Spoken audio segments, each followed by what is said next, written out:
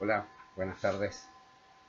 A través de esta modalidad damos inicio a lo que se denomina Derecho Económico 3. Este es el último semestre de la asignatura de Derecho Económico. Ustedes ya son alumnos de segundo año, yo fui su profesor el año pasado, por lo tanto conocen más o menos cuál es el sistema que ocupamos. No obstante lo anterior, por ser esta la primera clase que, por las razones que ustedes conocen, va a ser de esta forma, grabada, tenemos que dejar establecido desde ya algunos elementos para que nos podamos ordenar y para que el curso termine. Obviamente que estas instrucciones que yo les voy a dar están sujetas a las condiciones que se vayan dando durante el resto del semestre. Este ramo, Derecho Económico, tiene, a diferencia de los otros, antiguamente tenía 6 horas a la semana, hoy solamente tiene 4, que no alcanza en realidad para pasar toda la materia del programa, porque es muy extenso. Yo les reitero desde ya, no quiero ser majadero, pero les reitero desde ya que por ser un ramo que tiene 4 horas semanales por horario, pedagógica, ustedes necesitan estudiar mínimo 2 horas a la semana para poder preparar su ramo y no esperar estudiar el día anterior a la fecha en que se fijen los controles. Que todo esto se mantiene en la modalidad del año pasado, en el sentido de que son 2 controles solamente. El primero está fijado en principio para la primera semana de mayo, y por lo tanto, 4 o 5 más o menos, primera semana de mayo, lo más probable es que terminemos o cortemos la materia con algunos días de anticipación. Son 2 controles con distinta evaluación o ponderación, 40 y 60%. Por lo tanto, jóvenes, es importante que ustedes planifiquen bien su semestre, sobre todo en las condiciones en que estamos hoy en día. A diferencia del año pasado, los alumnos se van a poder eximir con 5.5 hacia arriba en cuanto a notas. Reitero, 5.5, no es 5.4, no es 5.35, no, 5.5. Ya el año pasado se bajó bastante lo que era la ponderación para poderse eximir, dadas las circunstancias que ocurrieron al finalizar el año 2019, pero este año, entre comillas, se retoma la normalidad, por lo tanto, de 5.5 hacia arriba, yo 5.5 incluido, eximo. Reitero que hagan su plan de estudio para los efectos de que no se encuentren con sorpresas al final del semestre o se le acumule la materia. En el Derecho Económico 3, básicamente comprende 3 grandes materias que, les reitero, son de larga extensión. La primera unidad, por denominarlo de alguna forma, vamos a analizar lo que se denomina el orden público económico. En segundo lugar, veremos todo lo que dice relación con la libre competencia. Y en tercer lugar, si alcanzamos, analizaremos el derecho del consumidor. La primera unidad dice relación con el orden público económico y vamos a tratar de entender qué es lo que es esta institución del orden público económico. Y la gran pregunta que vamos a tratar de responder ahí o aclarar es si en una constitución política, sea chilena o extranjera, puede o no contener normas de carácter económico. Esta es una institución propia de nuestro derecho. Si no es así, ¿dónde se origina? ¿Cuáles son las cosas favorables que tiene? ¿Cuáles son las críticas que se han formulado al respecto? En segunda unidad dice relación con la libre competencia, que, como yo les recuerdo, forma parte esencial de un sistema económico que es el sistema sistema clásico o liberal, ¿no es verdad? En que el mercado es el centro de ese sistema económico, pero no es cualquier mercado, sino que es un mercado que debe funcionar libre o sin que tenga mayores fallas o que sin que tenga mayores entorpecimientos. Y la libre competencia es fundamental para que los mercados puedan funcionar de la mejor manera posible, porque en definitiva, de esa forma, quienes van a verse favorecidos son los consumidores, todos nosotros. Por lo tanto, vamos a tratar de entender qué es lo que es la libre competencia, cómo está regulada en nuestro país, cómo ha evolucionado la legislación en nuestro país y en el mundo entero, haciendo presente desde ya que nuestra legislación siempre va atrasada con respecto a lo que pasa en otras latitudes, cuáles son las instituciones que tienen una importancia fundamental en la libre competencia, y ahí vamos a analizar dos grandes instituciones que son la Fiscalía Nacional Económica, por una parte la FNE, y por el otro lado, que es un organismo, un servicio público, ¿no es verdad?, un organismo investigativo, y por el otro lado, frente a la Fiscalía Nacional Económica, vamos a analizar y estudiar a un tribunal muy especial, que es el Tribunal de Defensa de la Libre Competencia. Y finalmente, vamos a analizar y estudiar lo que se denomina el derecho al consumo, en que nuevamente nos vamos a encontrar acá con que el elemento central de protección de ese derecho es el consumidor. Analizaremos qué es lo que es el derecho al consumo y analizaremos de forma específica la principal legislación o la principal ley que existe en esta materia en nuestro país, que es precisamente lo que las personas conocen como la ley del consumidor, o el nombre técnico que es ley de protección de los derechos del consumidor. Por lo tanto, en el portal ustedes ya van a encontrar material de este ramo. Está el curso desarrollado en Power que yo les hice, que es o contiene el esqueleto o el esquema del curso. Pero eso no es suficiente. Van a tener que desde ya conseguirse algunos, o tener a la mano, algunos textos legales. Este derecho económico, a diferencia de los otros, o con mayor profundidad que los otros, sobre todo que el económico 2, vamos a estudiar muchos textos legales. Vamos a partir, por ejemplo, estudiando la Constitución, cuando veamos orden público económico. Vamos a leer y aprender y analizar el Decreto Ley 211, y contiene las principales materias en lo que dice relación con la protección de la libre competencia. Y finalmente vamos a estudiar la nueva ley del consumidor, que fue modificada el año 2019 y que ya está en plena vigencia. ¿Cuáles fueron las principales modificaciones a ese texto legal y que están plenamente vigentes hoy en día? Está, o sí, les va a servir, por lo menos para alguna parte, el libro que se llama Derecho Económico de Zavala y Morales, que tiene bastante materia o tiene bastantes elementos del curso que nosotros vamos a impartir. Hay un libro que está en la biblioteca de la universidad que se llama Derecho Constitucional Económico de Arturo Fernandois, del cual vamos a extraer bastante materia, y que hace un examen y un estudio bastante más profundo de lo que es o lo que dice en relación con el orden público económico.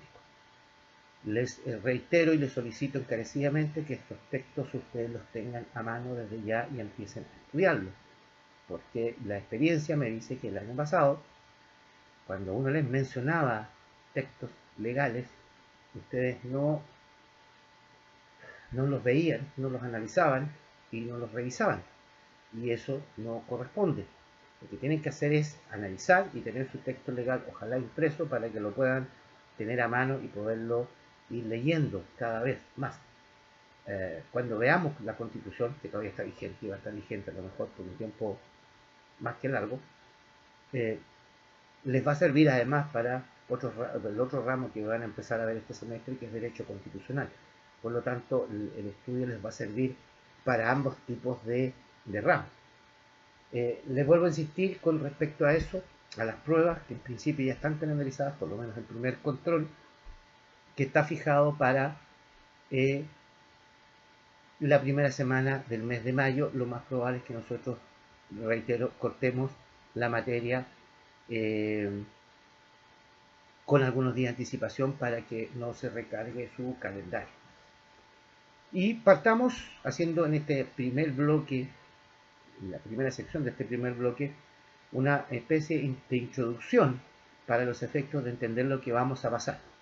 Y dijimos que la primera unidad que nosotros vamos a analizar se denomina orden público económico. Y lo que vamos a tratar de responder ahí es de si en una constitución, lo vuelvo a reiterar, sea chilena o extranjera, es permitido, es adecuado que contengan normas de carácter económico. Y si de ser así, cuáles son, dónde están esas normas y de qué manera una constitución puede regular una actividad de esta naturaleza, la economía de un país. ¿Y de qué naturaleza son esas normas si es que están en nuestra constitución? ¿De qué naturaleza son? Si imponen un sistema determinado o no lo imponen. Por eso es importante lo que yo les menciono con respecto a Arturo Fernandois, que tiene una opinión respecto a esta materia que no es la que se podría decir que es la mayoritaria, pero es una opinión bastante interesante respecto de esta materia y que curiosamente es uno de los temas que más se van a discutir seguramente cuando en el evento en que se quiera dar una nueva constitución. Si en esta nueva eventual constitución pueden existir normas de esta naturaleza o definitivamente no, y de existir, de qué tipo de normas estaríamos hablando, de qué tipo de regulación constitucional se puede dar en materia de en materia económica, constitucional económico. Para poder introducirnos en la materia, recordar, porque esto ya lo vimos, pero recordar que la economía como ciencia responde al problema de satisfacer las necesidades de las personas, de las sociedades, de las colectividades. Recuerden ustedes que las necesidades son múltiples y los bienes y los servicios para satisfacer esas necesidades son siempre limitados. Por lo tanto, la economía nace como una ciencia social, porque estudia el comportamiento de las personas frente al problema económico. Es una ciencia social que sirve, ¿no verdad?, para estos fines, y la ciencia económica responde a las tres preguntas clásicas que se hace cualquier economista: ¿qué?, el cómo y el para quién producir. Y a partir de esta combinación de elementos, ¿no verdad?, nos ayuda, por una parte, a optimizar nuestros ingresos, que son siempre limitados, y priorizar qué necesidades vamos a satisfacer, estableciendo una especie de orden para poderlo hacer de la mejor manera posible y de esta forma optimizar de mejor manera nuestros ingresos, que les vuelvo a insistir son escasos o limitados frente a las múltiples necesidades que tenemos. Cuando esta decisión de solucionar estos problemas se hace a nivel individual o familiar, puede resultar relativamente fácil o sencillo. El problema se complejiza cuando quien tiene que dar respuesta a estas situaciones es un Estado o un gobierno. Y para estas materias se crean lo que se denomina precisamente los sistemas económicos, que también los analizamos en los ramos anteriores. Y yo les expliqué en su momento que hoy en día se conocen tres grandes sistemas económicos. Uno, el primero, el sistema liberal clásico de libre mercado, creación de Adam Smith por allá por el 1780, y que está establecido en su obra La riqueza de las naciones, sistema en el cual el mercado es el actor principal.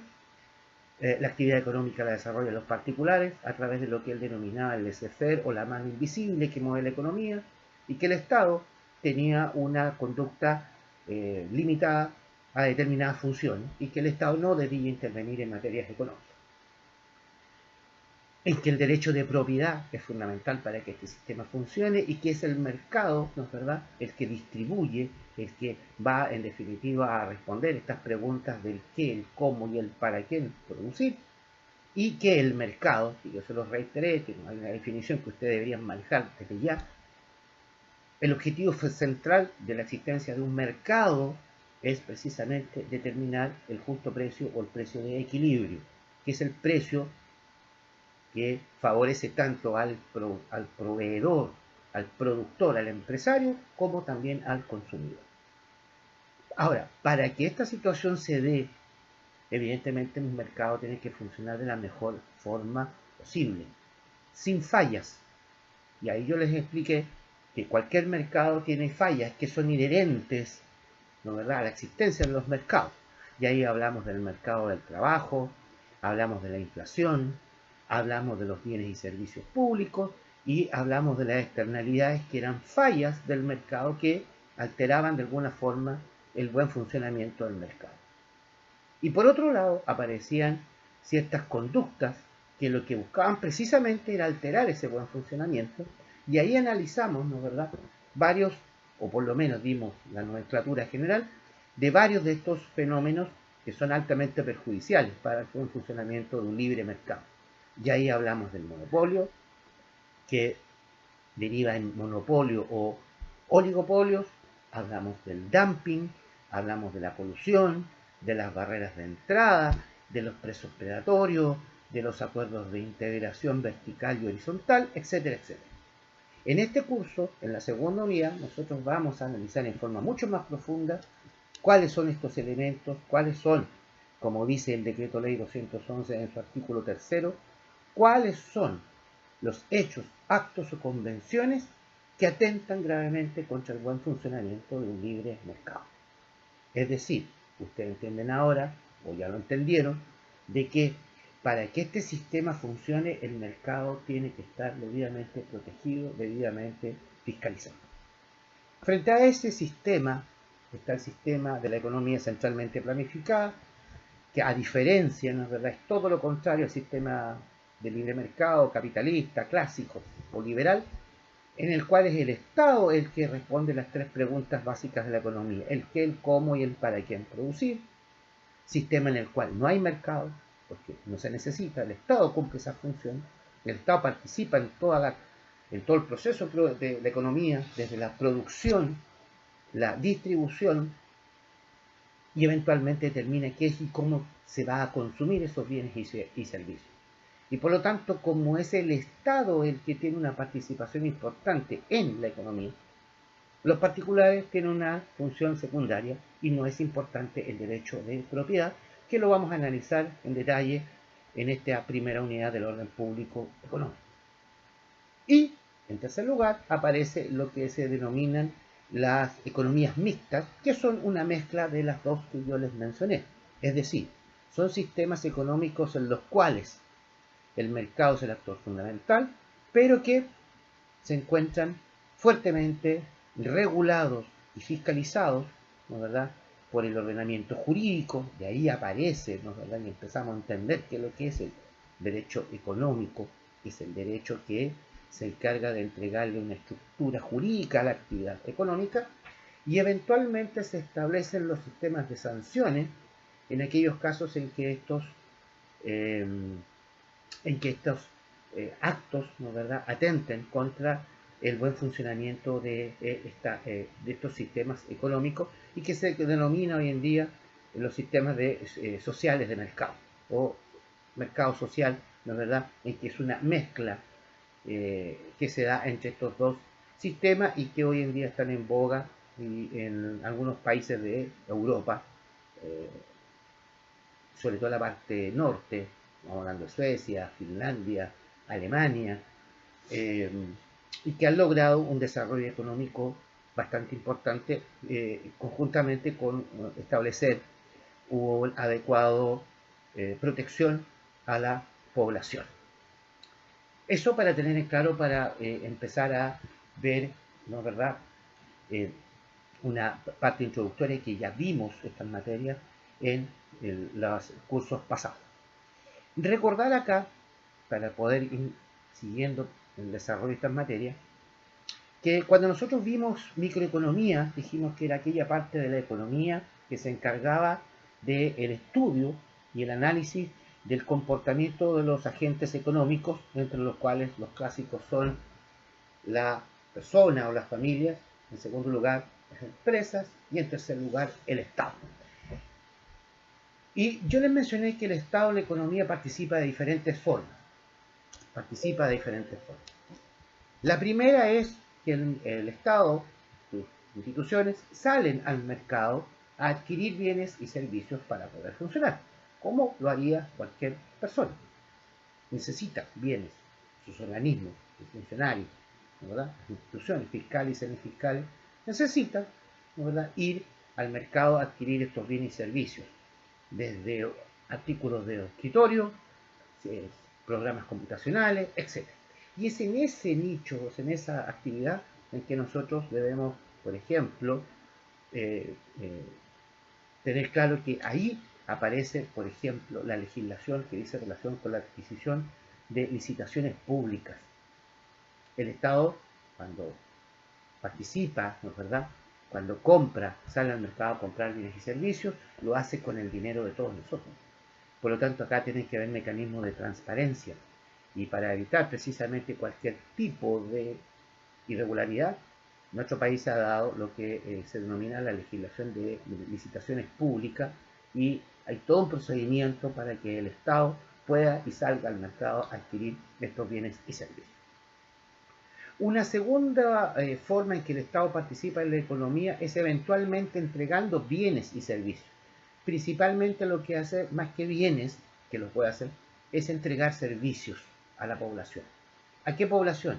Aquella que está más desposeída, aquella que tiene menores ingresos.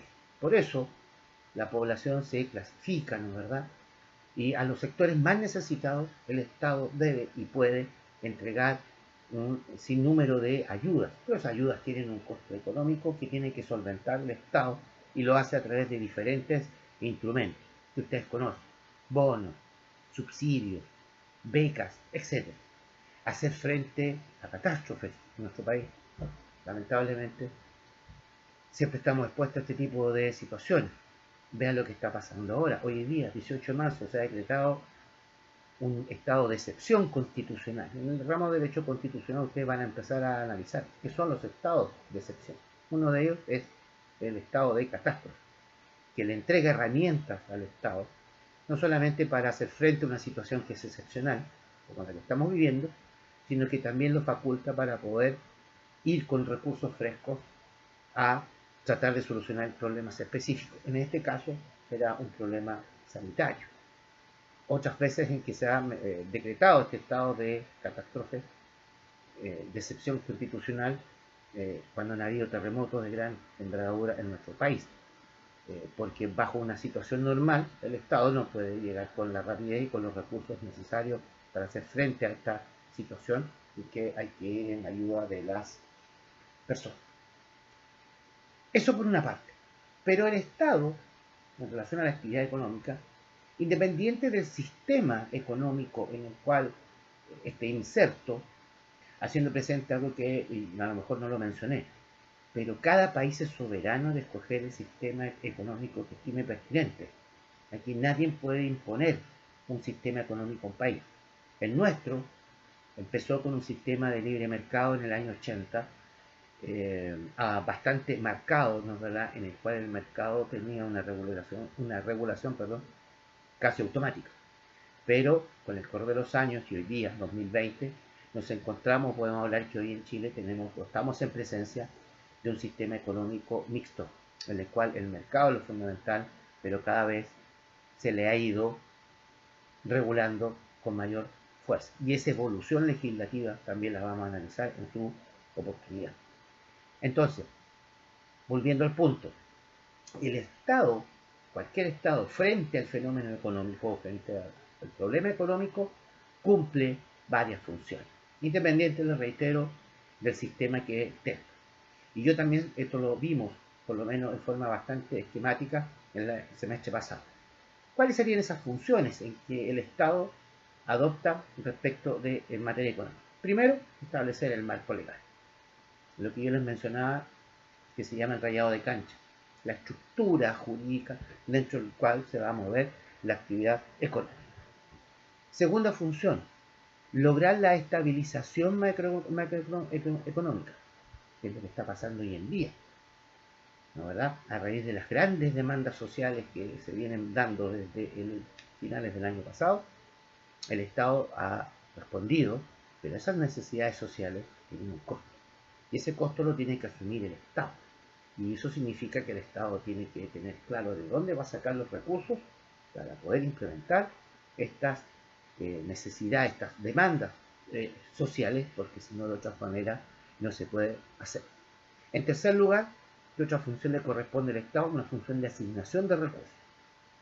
En cuarto lugar, la función de redistribución, es decir, lograr que aquellos sectores, lo que mencionaba hace un rato atrás, lograr que aquellos sectores de la población que no tienen acceso a determinados bienes y servicios, sea el Estado el que entregue, se los entregue. Servicios por los cuales, por regla general, estas personas o no van a pagar, o van a pagar un costo, un precio inferior al del mercado, porque precisamente tienen carencias que tienen que ser satisfechas por el Estado. Esta redistribución, el Estado cuenta con, o los gobiernos cuentan con diferentes instrumentos que van utilizando dependiendo el momento y dependiendo las necesidades y las urgencias. Y yo les menciono, porque aquí en economía a veces uno explica una materia hoy, pero se termina de entender más adelante, porque no se puede hacer de otra forma. Y esto de la redistribución, donde se encuentra mucho o donde uno lo puede visualizar, en la ley de presupuesto de la nación, que hay una parte especial que es el gasto social. El gasto social, que es una parte importante dentro de lo que dice en relación con el ciclo presupuestario del Estado, que es una materia que prácticamente no se pasa en casi ninguna universidad. Nosotros vamos a tratar de hacer un esquema, por lo menos de algunos minutos, que es lo que es el ciclo presupuestario. En el fondo, para que entiendan, si cuando hablamos de ciclo presupuestario estamos haciendo o tratando de analizar de dónde el Estado saca los ingresos para poder funcionar y en qué los gasta. Y dónde está plasmada esta situación, que es igual que un hogar. Ingresos versus gastos versus egresos. ¿Quién fiscaliza esta materia? ¿Hay alguna norma jurídica o una estructura legal que regule todo este proceso? ¿Qué organismo está a cargo del ciclo presupuestario en nuestro país? Les adelanto que se llama la DIPRES, la Dirección de Presupuestos, que depende del Ministerio de Hacienda. Un quinto punto que dice relación también con las actividades que cumple el Estado en materia económica en forma abstracta, dice relación con la actividad empresarial. ¿Qué quiero decir con esto? La pregunta que está detrás de esto es, ¿el Estado debe participar en actividades empresariales o económicas? ¿Podemos hablar de un Estado empresario? ¿O la actividad económica tiene que estar reservada exclusivamente a los particulares? Eso también está inserto dentro de lo que vamos a analizar como orden público económico. Y finalmente, una sexta, hay otras más funciones, estas son como las más importantes, una sexta función fundamental es lo que se denomina la planificación. Significa esto que le corresponde al Estado y a sus autoridades económicas establecer la planificación, la estructuración de la actividad, ¿no es verdad?, económica del país. El gobierno de turno le corresponderá establecer la estructura o la forma en cómo va a marchar la economía dentro de su gobierno.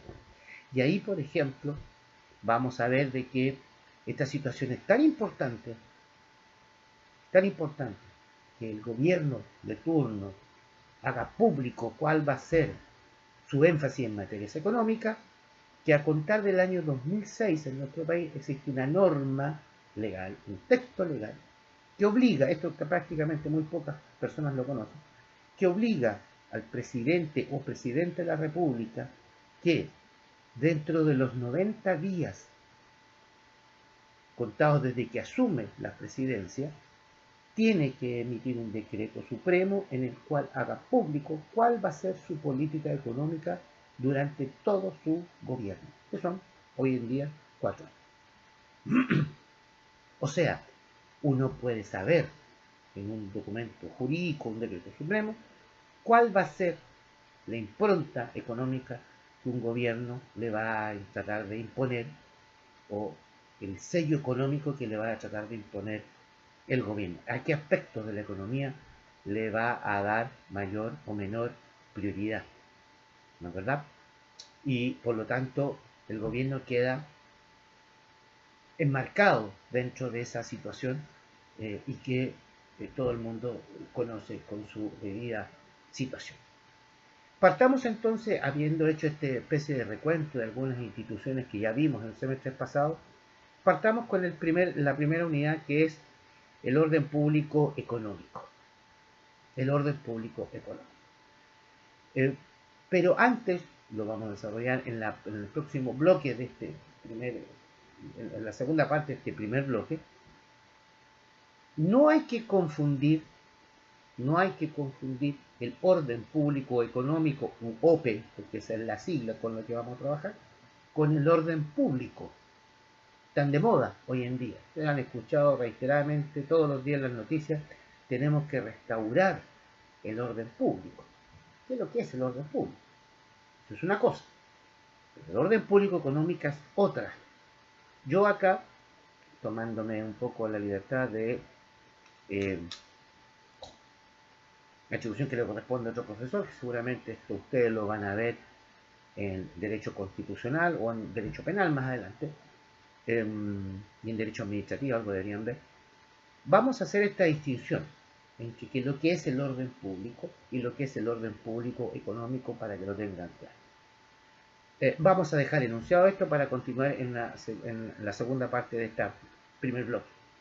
Y para los efectos de poder entender, porque definiciones de orden público hay muchas, pero para los efectos de este curso nos vamos a quedar con una definición que entrega Arturo Alessandri, por allá por la década del 50, y para los efectos de entender lo que es el orden público económico, nos vamos a ceñir y analizar la definición que hasta el día de hoy se sigue utilizando en nuestro país, que es la del constitucionalista Sea Egan.